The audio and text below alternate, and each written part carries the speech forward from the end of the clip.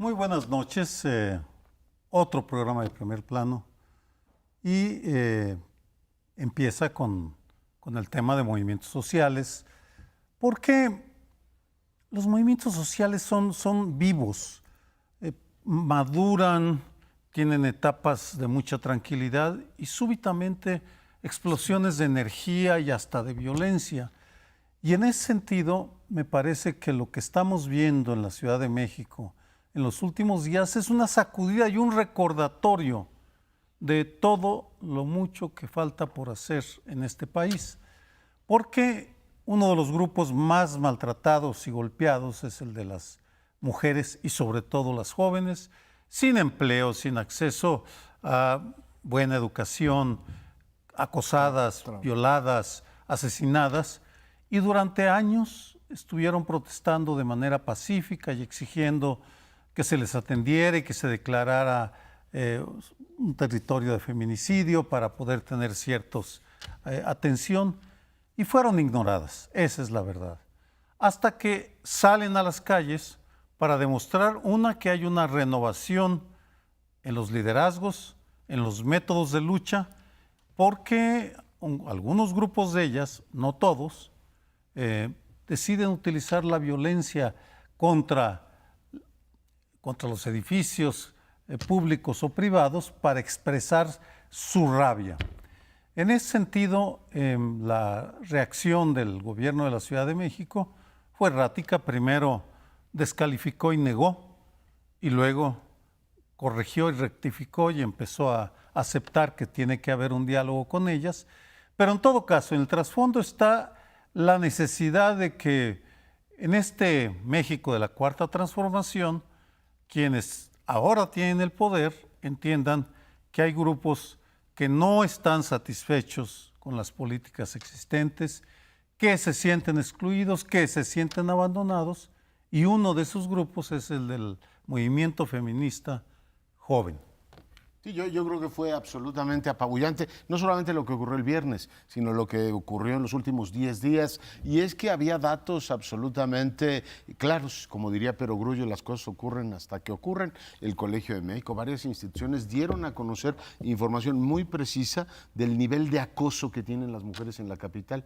Se ha comentado ampliamente en distintos espacios informativos. 7 de cada 10 mujeres se siente permanentemente acosada en el medio digamos, de transporte público. Es decir, su vida es un infierno. Ir a trabajar, ir a cualquier lugar se convierte en un infierno porque todo mundo siente que está perfectamente permitido y es lícito meterse con ellas. De ahí a las agresiones sexuales, de ahí a las violaciones, tú tienes una especie de elemento continuo. Y tienes una reacción por parte de la burocracia capitalina absolutamente lamentable. O sea, acusan una chica acusa efectivamente que la han violado 4 policías y no se les ocurre mejor cosa que filtrar los datos de la chica, lo cual enardece estos grupos. No es que hayan cambiado de método de protesta, es que cualquiera se indignaría de que una menor de edad violada por policías, resulta que la venganza de las burocracias da a conocer los datos. Fueron a protestar, le echaron diamantina al secretario de Seguridad Pública y rompieron cristales, en efecto. La jefa de gobierno dijo que era una provocación. Después tuvo que efectivamente comerse con papas su declaración y decir, oiga, pues sí tienen razón en estar enojadas. Después de eso, la Procuraduría Capitalina, usando todo el poder de la burocracia, que tú conoces muy bien cuando quiere operar, cómo funciona, diciendo, pues las declaraciones de la chica no corresponden con los que dicen las policías. Así es que la vamos a volver a llamar a declarar. Eso es echarle el Estado a una menor de edad. Bueno, el Estado, la ciudad a una menor de edad, y eso es intolerable. Esa rabia se vio el viernes, es decir, ¿qué quieren? Después de que le exhibieran y dieran a conocer sus datos personales, que fuera a declarar ante la misma autoridad. Yo no digo que el gobierno de Claudia Sheinbaum vaya a defender a violadores, pero sí creo que como todo gobierno tiende efectivamente propende a que las burocracias no le hagan demasiadas olas, y hay burocracias en la Procuraduría y en la Policía que no están por la labor de cambiar esta realidad. Una realidad que, como digo, es terrible. Si 7 de cada 10 mujeres se sienten acosadas en su vida cotidiana, esa debería ser la prioridad del gobierno de la ciudad. Probablemente debía de ser la prioridad de la sociedad. El gobierno tiene un papel, ni duda, pero el papel principal es el de cambiar ese entorno que hace posible que cuando hay una aglomeración en un transporte público, pues se sientan en la posibilidad, casi yo diría que en el deber, de agredir a las mujeres. No, ni yo supongo que pues, en un sistema totalitario podría estarse vigilando a todos y cada uno de los varones que se meten a un vagón del metro para ver que se comporten bien. Si se comportan de esa manera es porque fueron socializados de esa manera, socializados en la familia, socializados en el grupo de amigos de niños y adolescentes, socializados también en las escuelas, e incluso se puede uno ir un poquito más lejos y en la iglesia, porque la iglesia es discriminadora de las mujeres en serio.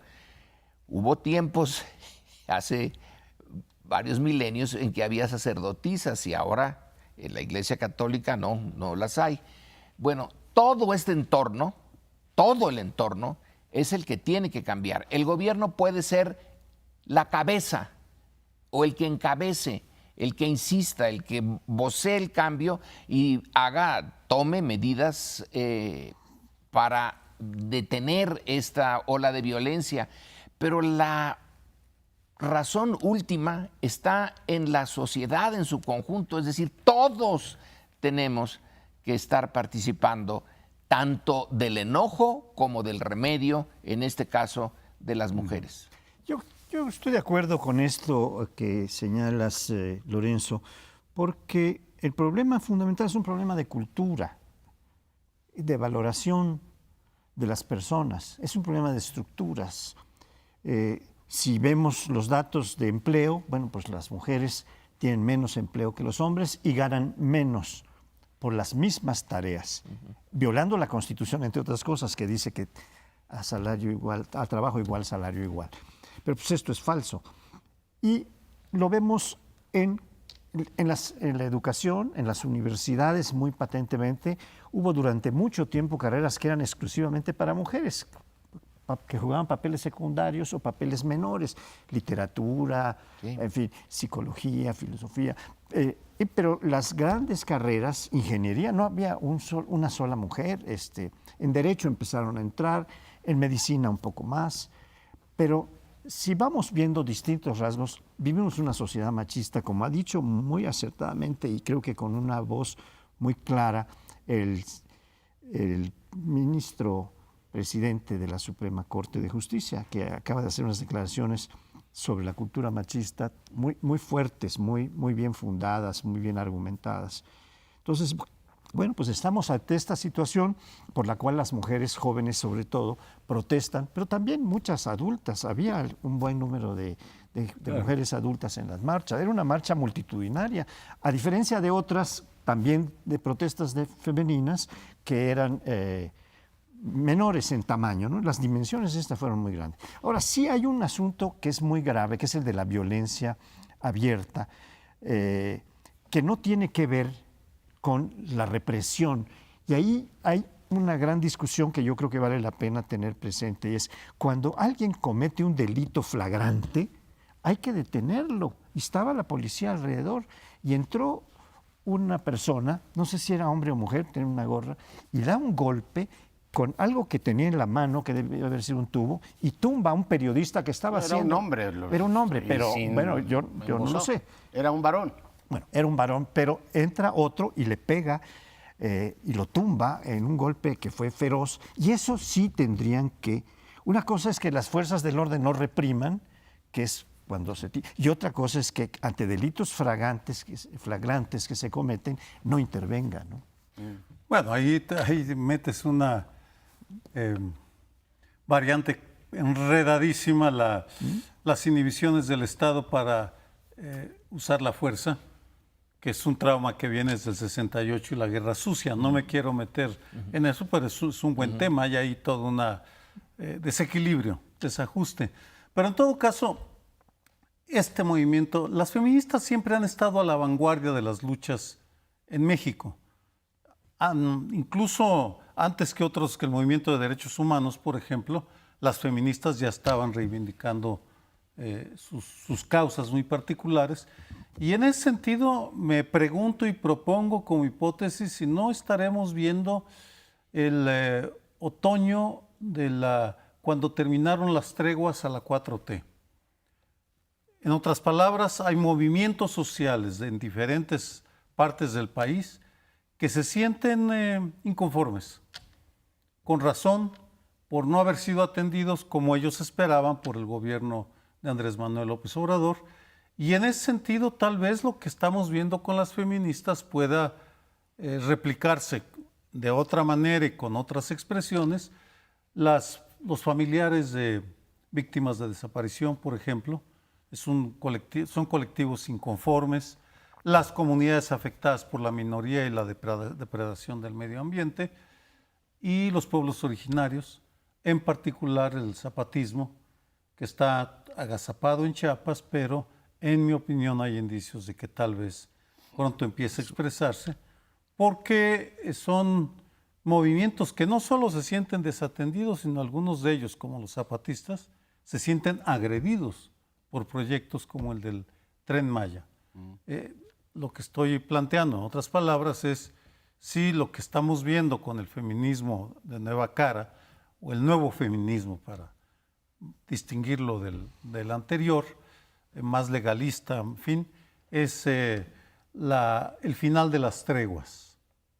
No sé si sea, digamos, generalizable. Yo lo que veo en la Ciudad de México es un deterioro brutal de la condición de la mujer. También daban a conocer los medios de comunicación que este año ha aumentado 20% las agresiones a mujeres. O sea, sí estás en una situación de alerta y de sensación de urgencia que refleja esta, digamos, actitud profundamente belicosa de algunos contingentes. Yo sí separaría con Paoli lo que es una agresión criminal por parte de alguien, que yo sigo sin saber quiénes les pagan a esos grupos. Al parecer ese mismo individuo, que es un varón, que recibe instrucciones de otro varón para golpear a mi compañero Juan Manuel Jiménez, claramente dice uno, oiga, ese fue como a reventar la protesta o a desnaturalizarla. Eso es un acto criminal que merecería un tratamiento, por supuesto, sin meterse en líos del 68, está reprimiendo a nadie, lo golpeó frente a las cámaras de televisión, yo creo que es inadmisible. Lo otro ya es discutible, las que se subieron al Ángel y todo lo demás, porque hay una larga tradición de esos movimientos.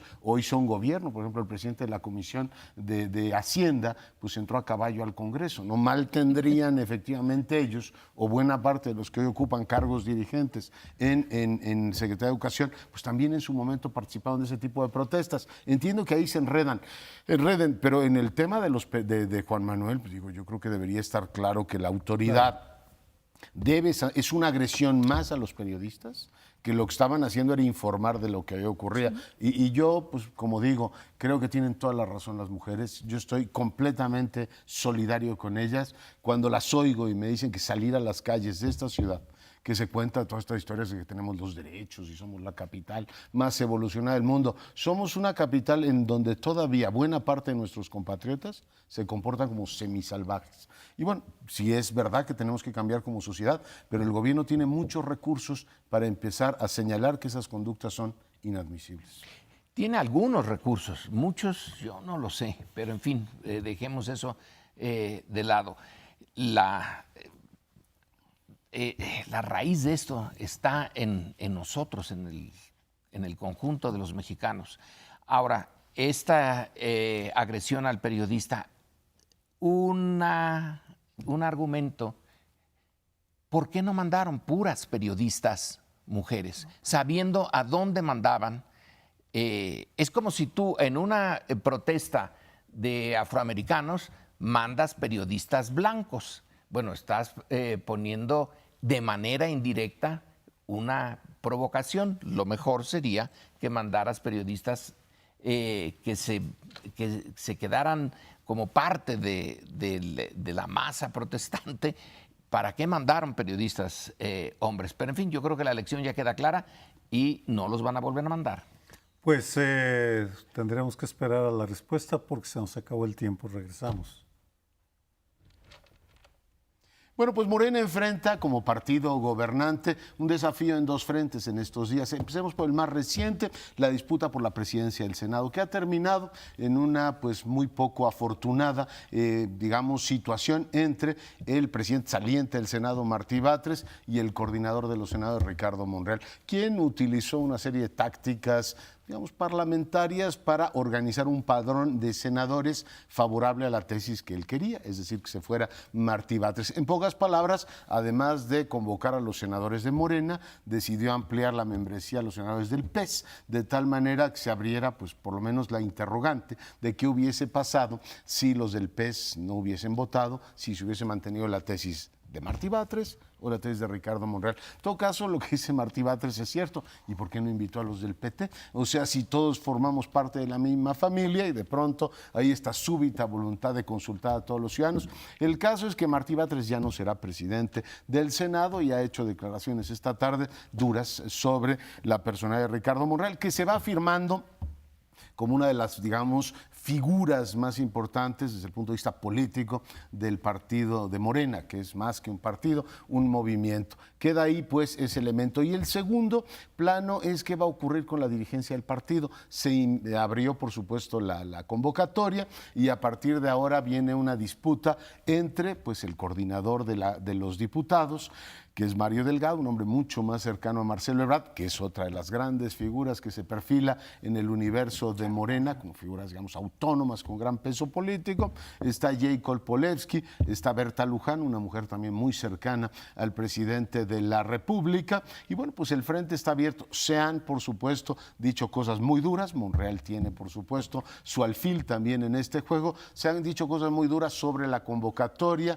y sobre si habrá o no una competencia abierta. Hay ciertas cosas, compañeros, que recuerdan en esta sucesión los pleitos del Partido de la Revolución Democrática, ¿no? Ya la lucha de facciones, lo que ocurrió entre Martí y, por supuesto, Ricardo Monreal. Él decía, me trata de una manera muy similar a como los chuchos trataban a los diputados en el PRD, eso dijo Martí Batres el día de hoy. En fin, hay ciertas cosas del ADN morenista que recuerdan mucho a lo que ocurría en el Partido del Sol Azteca. ¿Cómo ven el tema? Pues no es solo el PRD, yo creo que es una herencia que arrastra la izquierda desde hace muchos, muchos años. Es como una maldición, porque la izquierda es de los movimientos en México más autocríticos, que hace una autocrítica más profunda, más feroz, más seria, y que sistemáticamente ignoran. Estaba recordando el discurso de Amalia García cuando tomó posesión como presidenta del PRD en 1999. Y recuerdo que ella hablaba de los grandes males del PRD hace 20 años.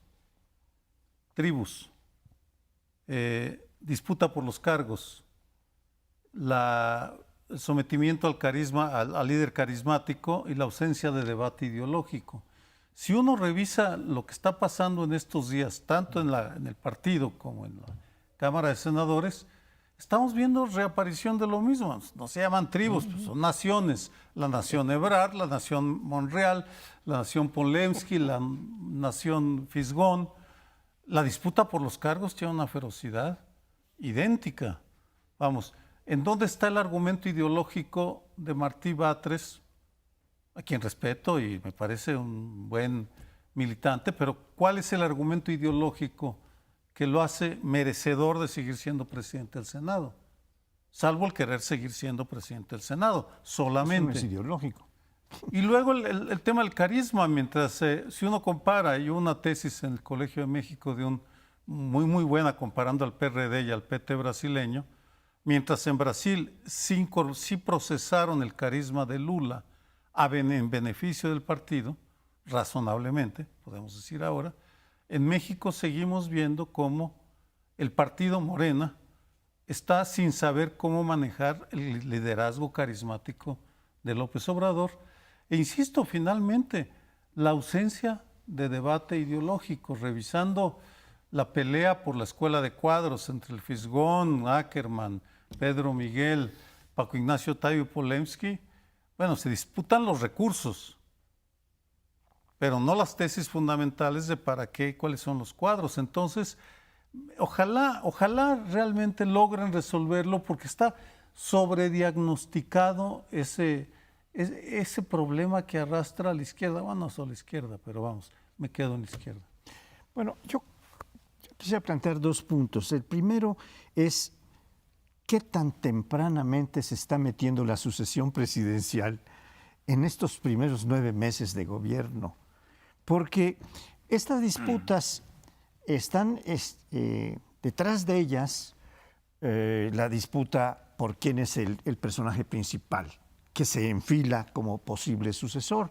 ¿Será Ebrard, que ha tenido tantas acciones últimamente con las relaciones México-Estados Unidos, etcétera?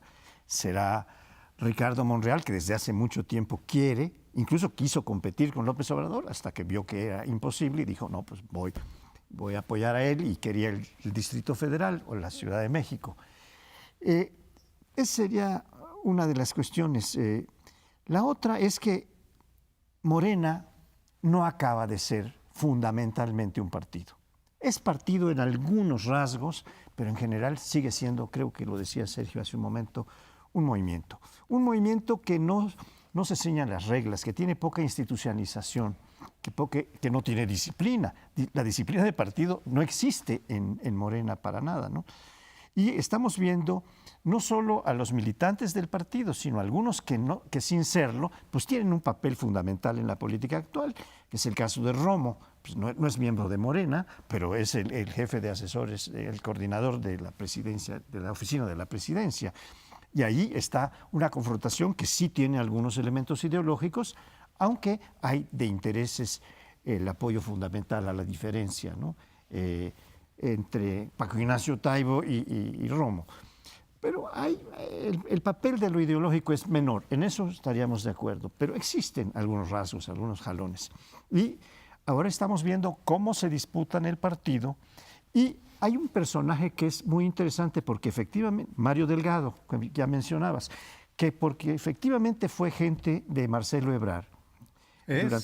¿Por qué fue? Porque Ricardo Monreal, que es el otro alternante, o el posible otro alternante que se está escenificando en la política, en la arena política, ha dicho, este es mi candidato, por su pleito con Polensky, pero dijo, yo creo que Mario Delgado debe ser el próximo presidente, es un hombre muy valioso, lo he conocido y tratado muy bien. O sea, se está queriendo decir, Mario Delgado no va a ser una pieza de Ebrard. Bueno, esa es mi interpretación.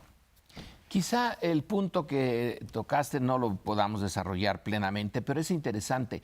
Tú señalas que es un movimiento que no logra ser partido, pero a lo mejor no quiere dejar de ser movimiento. A lo mejor su sentido último es no ser un partido más, sino ser un movimiento. ¿Cómo fue la evolución del PRI, de PNR a PRM a PRI? Bueno, primero era un partido y luego creó esas bases enormes de campesinos, obreros, clase media y militares, y luego salieron los militares. Pero esa era su base social. No se puede entender al PRI sin la base social. Y Morena necesita una base social, y esa solamente se la da el movimiento, más que la estructura misma de partido. Yo creo que quieren ser las dos cosas. ¿Se puede? A lo mejor sí, a lo mejor no, pero no lo sabemos todavía. Pero la idea de que hay que dejar de ser movimiento para formarse como partido, a lo mejor se puede y se debería de seguir siendo movimiento, que es lo que le provee una amplia base social, porque como partido no creo que tenga la penetración que puede tener como movimiento. En cualquier caso, yo creo que mientras define una cosa u otra, sí podría establecer pues una serie de normas que institucionalicen ciertas decisiones. Por ejemplo, que se pongan de acuerdo en si quieren alterar las reglas, porque lo de Martí Batres nace de la idea de que, bueno, pues como somos la 4T, ahora puede ser conveniente, misma tesis que confronta ahora a Dolores Padierna con Mario Delgado en la Cámara Baja, ¿sí? Como somos 4T y somos mayoría, pues tenemos derecho a permanecer en el gobierno de las cámaras. Y uno dice, oiga, esta reinterpretación de la ley a la luz de nuevos datos, yo creo que es algo riesgoso. El PRI tuvo en la última legislatura mayorías absolutas, ¿no? La última, en la previa a esta, y decía uno, si tuvieran que haber modificado todo para quedarse ellos los 3 años en el poder, igual no hubiese, digamos, hubiese generado muchísimas protestas. Ahora todavía Morena tiene este manto de aceptación pública, pero este tipo de cosas generan inconformidades. Yo creo que en partido, movimiento pueden decir, a ver, si son 2 años de gobierno como en Baja California, nos quedamos con 2 años. Si son 1 año cada partido en la Cámara, nos quedamos con esas reglas y no estarlas modificando. Nada desgasta más a una democracia, que es, como ahora yo mando, pues ahora vamos a cambiar las reglas. Poner eso. Y lo segundo es, si es un partido movimiento, con un liderazgo carismático poderosísimo como el del presidente, o sea, el momento fundacional lo define.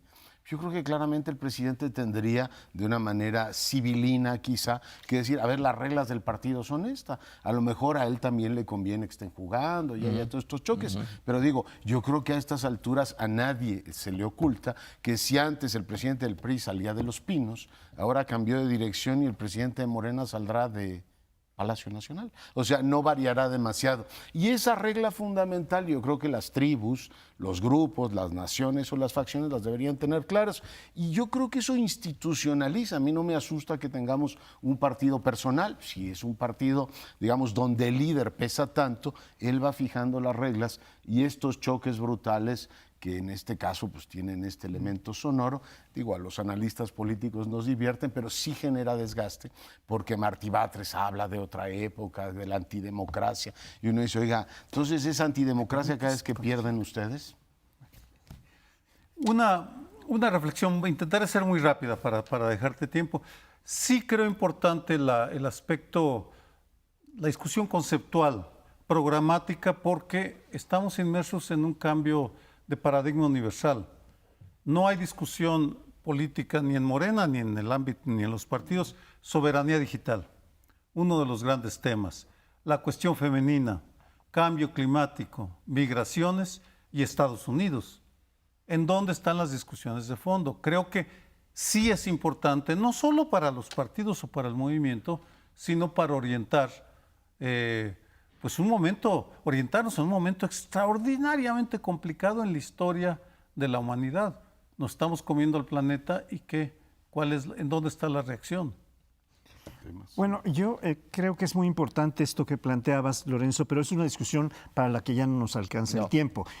Yo creo que puede ser o no partido y movimiento, pero sí tiene unas responsabilidades como partido que le da la Constitución, la ley, que tiene que respetar. Esto sí es intransitable, el que se cancelen las normas que están establecidas para hacer movimiento. También es intransitable que mande a corte, mi querido Paoli. Pausa, volvemos en un instante.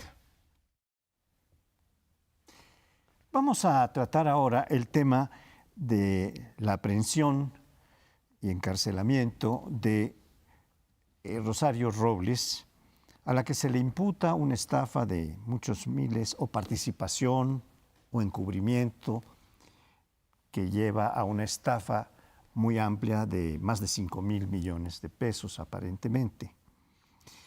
Esto tiene varios ángulos interesantes que voy a proponer a mis compañeros discutamos, uno de los cuales parece ser el de que había un pacto con el nuevo gobierno de López Obrador, en el sentido de que no iba a tocarse a personajes del pasado. Hubo un artículo que me pareció extraordinariamente bien fundado de mi paisano Juchim, Eduardo Juchim en Reforma, que decía, Rosario cae, pero está a la vista que esto puede llegar a tocar hasta Peña Nieto. Y fundamenta que algunos de su dicho hace su propuesta de que el asunto Odebrecht y la corrupción que se hizo con, ¿cómo se llama? Lozoya. Con Lozoya, que el asunto desde luego del de Rosario Robles y otros, que sería un poco largo porque los extiende. La estafa maestra. Y la estafa maestra, pero otros más pueden ir llegando a la lumbre, a los aparejos del presidente actual, del presidente pasado de la República. Entonces, es un tema que vale la pena discutir. Pues tiene por lo menos 3 ejes muy interesantes, ¿no? El primero es la tardanza de la justicia en México para operar. O sea, hay constancia absoluta, el contador Portal lo ha... 2 años. No, lo ha recordado, 4 años, me acuerdo que lo planteó. Más, lo tengo presente todavía cuando me dijo, oiga, yo consigno a la Procuraduría General de la República los expedientes. No se crea que yo estoy empollando los expedientes. Le digo, aquí hay un delito por tantos miles de millones.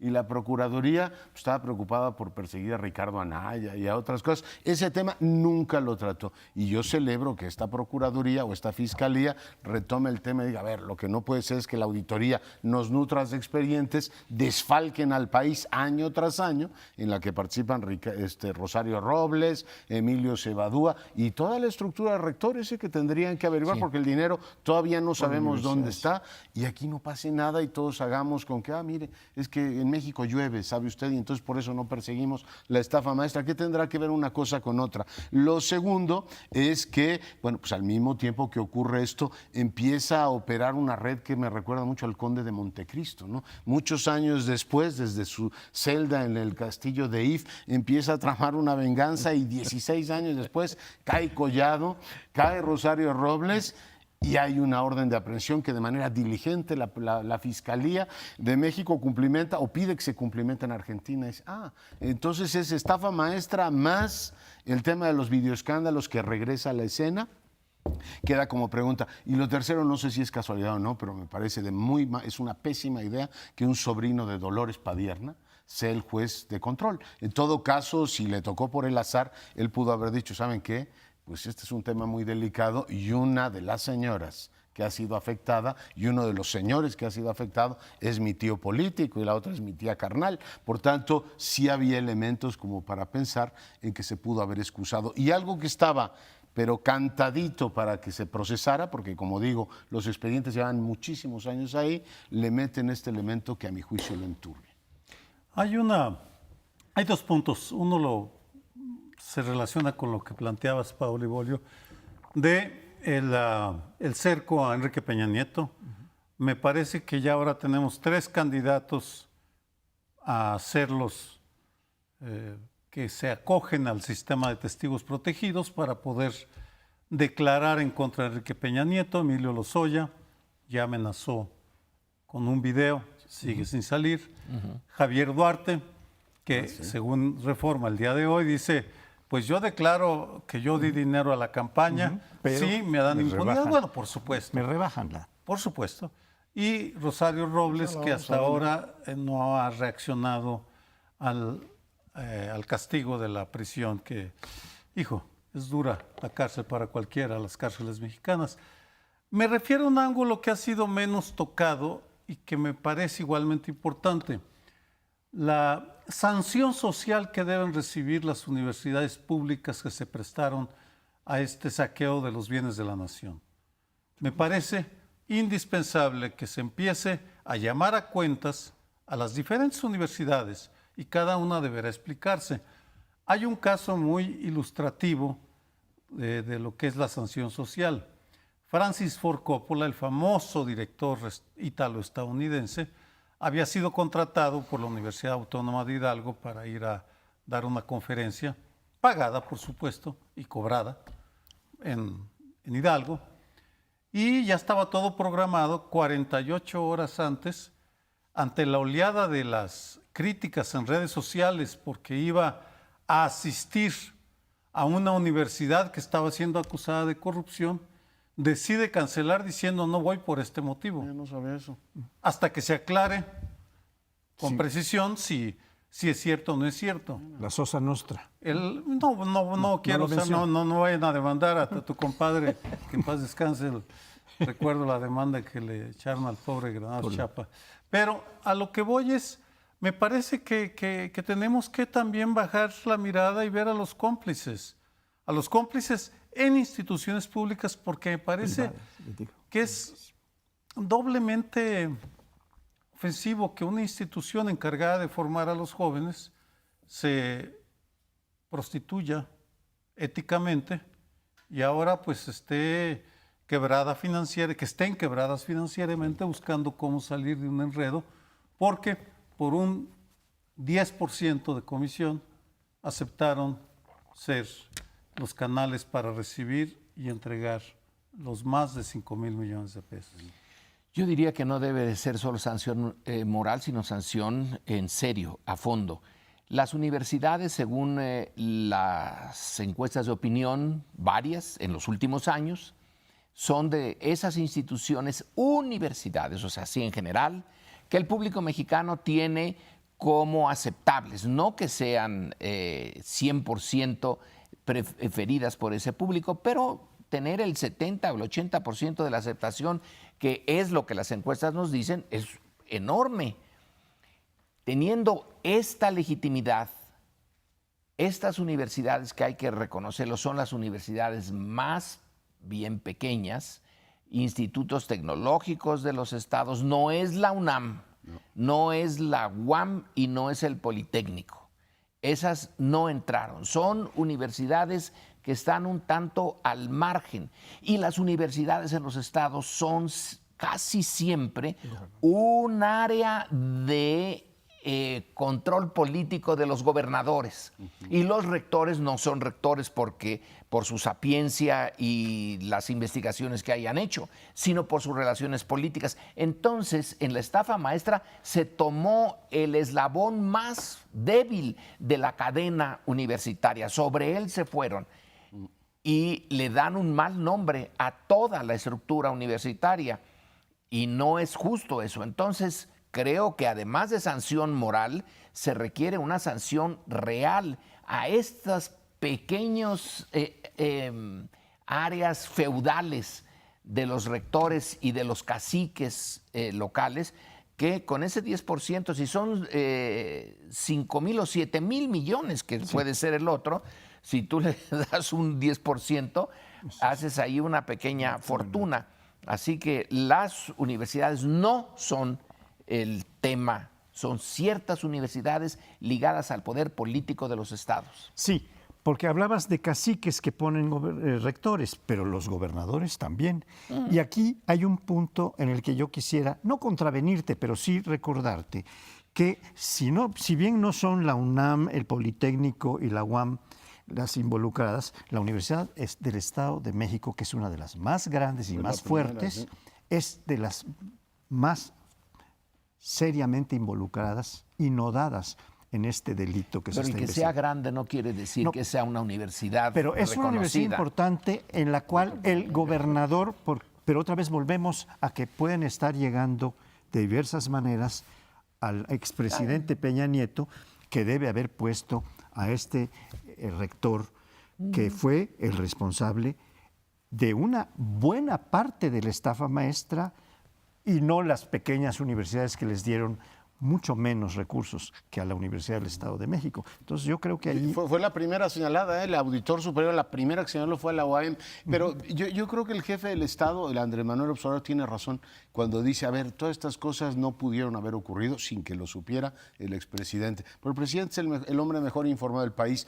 Y está el libro de Roque, en donde claramente Portal le recuerda lo que hace ya muchos años nos dijo a muchos, oiga, yo fui a ver a Peña Nieto, le pedí una cita y le dije, a ver, señor, si usted los periódicos no los lee o le dio flojera ver la auditoría, aquí está el tema. Mire, hay y es un mecanismo de evasión, de saqueo permanente con complicidades, simulaciones y todo lo demás. Es decir, todos los agravantes. No hay manera de que no lo supiera, se lo dijo Portal. Igual se le olvidó, igual no firmó de recibido.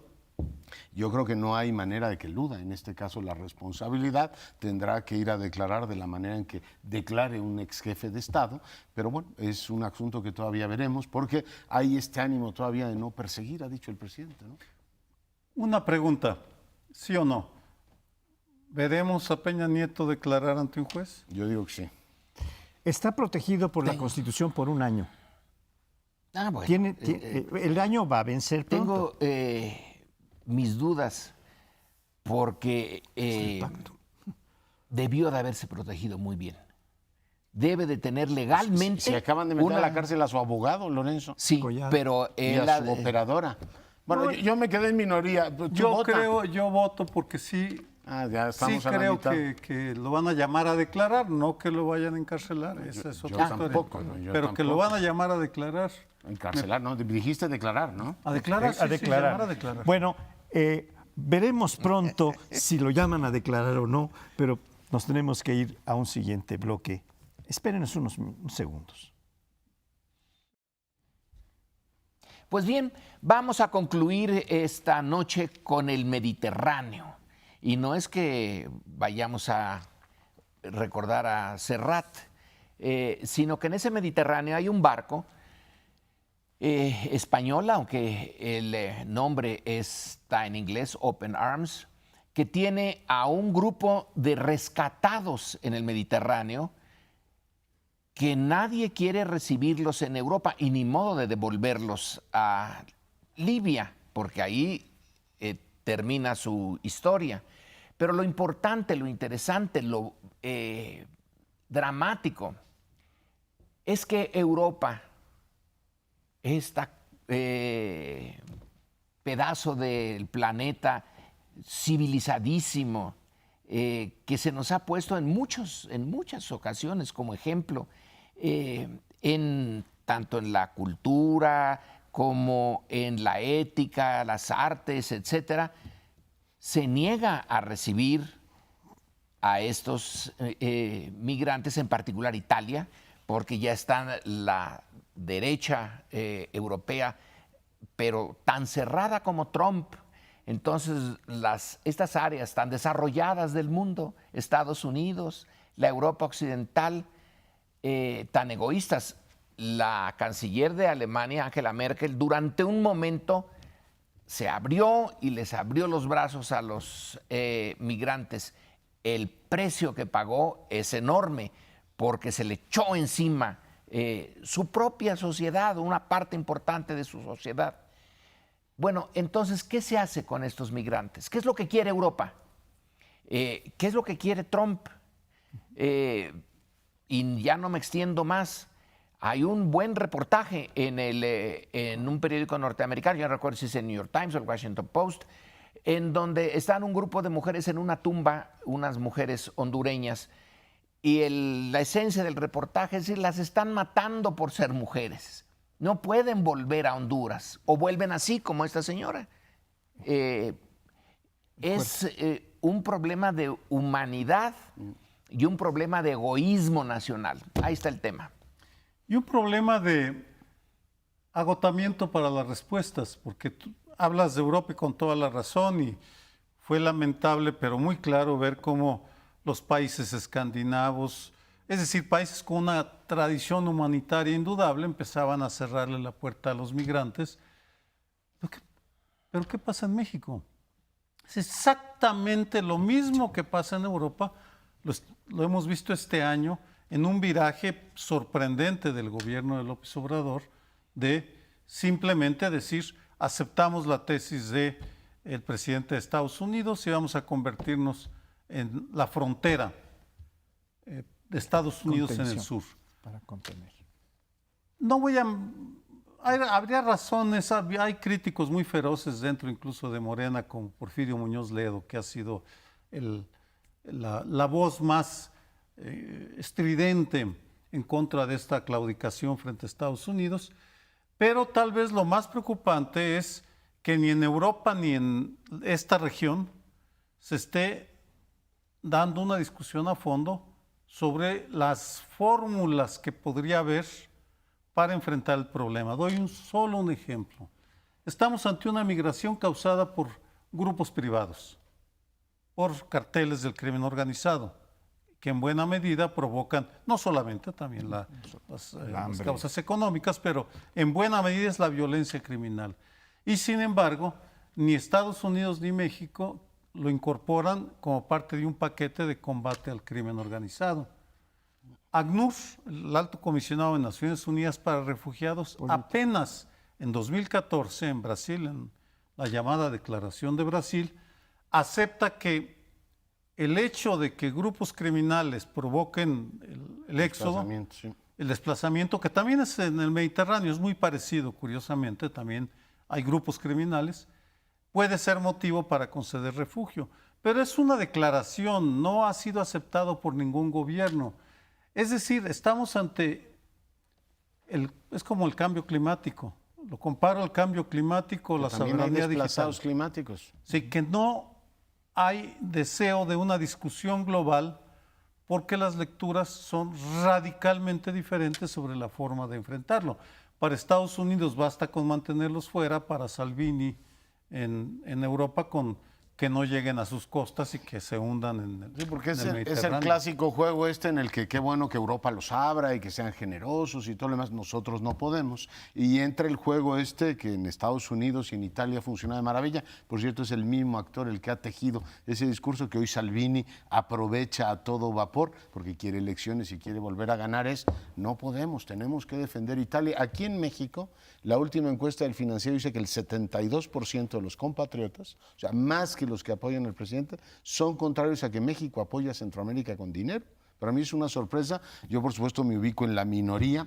Pero es muy popular la tesis esta, que digo, funciona muy bien con estos nacionalpopulismos, es decir, usted defienda lo suyo y estos que nos vienen a quitar lo nuestro, hay que atender primero los problemas de desempleo en Italia, los jóvenes italianos que han sido abandonados. Yo creo que es un discurso pues lleno de trampas y que elude la responsabilidad de todos. En el caso de Europa es ineludible, buena parte de las crisis que se han generado en el norte de África son decisiones que se tomaron en Occidente, desestructuración desde países, una guerra civil interminable en Siria y por tanto pues tienen que cargar con las responsabilidades. Y en el caso de América Central pues son nuestros vecinos y aunque nos vayamos a la luna tenemos alguna responsabilidad directa en lo que ha ocurrido precisamente en esa región, por las buenas razones y por las malas razones. Hay mil explicaciones de qué ha dejado de hacer México en Centroamérica, la discontinuidad de políticas de Estado. Hace unos días le preguntaba a Eduardo Sojo, que ahora está muy activo con esta política que a mí me gusta mucho, del presidente de relanzar el sureste. Ahora Eduardo Sojo está ahí. Le digo, a ver, Eduardo, simplemente por imaginarnos, ¿qué hubiese pasado si desde el principio del siglo hubiéramos aplicado el Plan Puebla-Panamá? Tendríamos a lo mejor una Centroamérica diferente. Claro, son preguntas retóricas, pero la discontinuidad del ejercicio de la política mexicana hacia Centroamérica explica también esa tragedia. Por tanto, si los europeos deben cumplir, yo creo que esta crisis también nos interpela a nosotros. Yo quisiera introducir el tema de si es la migración un derecho humano o no, porque pues muchos sostenemos que sí lo es, en la medida en que todos los seres humanos tienen derecho de tránsito por el planeta, en la medida en que los que están buscando legítimamente trabajo, educación, salud, habitación, etcétera, condiciones para ellos y sus hijos, tienen ese derecho. Y esto ha sido aceptado, sobre todo en organismos internacionales, y hay varias sentencias de tribunales internacionales que hablan del derecho a la migración como un derecho humano. ¿Está siendo respetado por las grandes potencias, Europa, Estados Unidos y otras? Pues no, no está siendo respetado. Acabo de ver una serie formidable que es danesa, se llama Algo en qué creer. En Dinamarca, que era uno de los países más abiertos dentro de los países eslavos que están propiciando el buen trato a los migrantes, bueno, también se plantean problemas muy serios desde las comunidades religiosas, desde las comunidades políticas y sociales en Dinamarca, que están habiendo graves problemas con los migrantes y un tratamiento no solo discriminatorio, agresivo contra los militantes en Dinamarca. Eso es algo podrido está en Dinamarca, como hubiera dicho el señor Sí, Shakespeare. en relación a lo que dice Sergio, que en este momento el gobierno está, pues sí, sometido a la presión norteamericana, sí está, y no creo que sea tan fácil hacerse a un lado de esa presión. Entonces, México no toma una decisión soberana en esto, está siendo presionado y es su debilidad, es la debilidad mexicana la que lleva a que cambie su política hacia Centroamérica. Si lo notable es que a pesar, como dices, que el grueso de los mexicanos no quieren que se dé ayuda a los centroamericanos, como en el tiempo de Lázaro Cárdenas no querían aceptar a los niños de Morelia habiendo tantos huérfanos aquí, y para qué aceptar a los Ni republicanos. aceptaron a los judíos nunca. Sí, y a los republicanos también costó un montón que los aceptaran. Eso es casi lo natural en la opinión pública. El gobierno de Cárdenas, y yo espero que este gobierno también, va en contracorriente, va contigo, Leonardo, de que sí, somos minoría los que aceptamos esta visión de que es nuestra obligación. Bueno, en Centroamérica se está intentando de una manera modesta, porque no tenemos otro medio, de invertir algo allí, donde los europeos tienen más recursos para invertir, y ellos fueron los que causaron el desastre de Libia, que ahora es la explosión o el sitio de donde salen.